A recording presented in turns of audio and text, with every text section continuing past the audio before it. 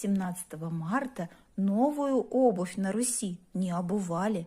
Проводили генеральную уборку все женщины в доме, вытряхивали половики, а затем оставалась в избе большуха рода, самая старшая женщина. Очищала она огнем свечи, святой водой, окуривала чертополохом, полынью или можжевельником дом. Специальными заговорами выгоняла зловредную кикимору, если она поселилась в доме.